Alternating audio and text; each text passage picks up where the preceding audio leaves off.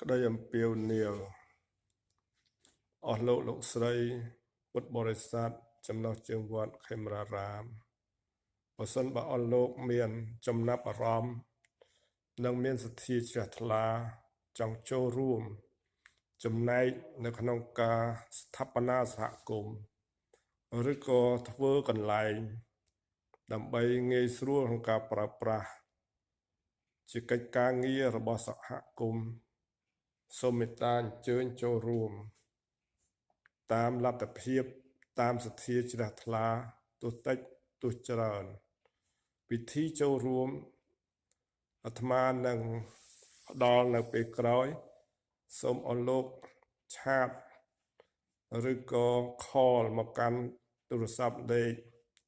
773-386-8226 ឬក៏កាន់លេខវត្ត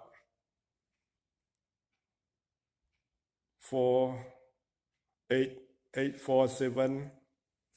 ម្ដងទៀត847-376-8852 អរគុណច្រើនក្នុងការចូលរួមទាំងអស់គ្នាការងាររួមគ្នាសហគមន៍ទាំងអស់គ្នាវត្តទាំងអស់គ្នាប្រើប្រាស់ទាំងអស់គ្នាតាមតម្រូវការសូមអរគុណ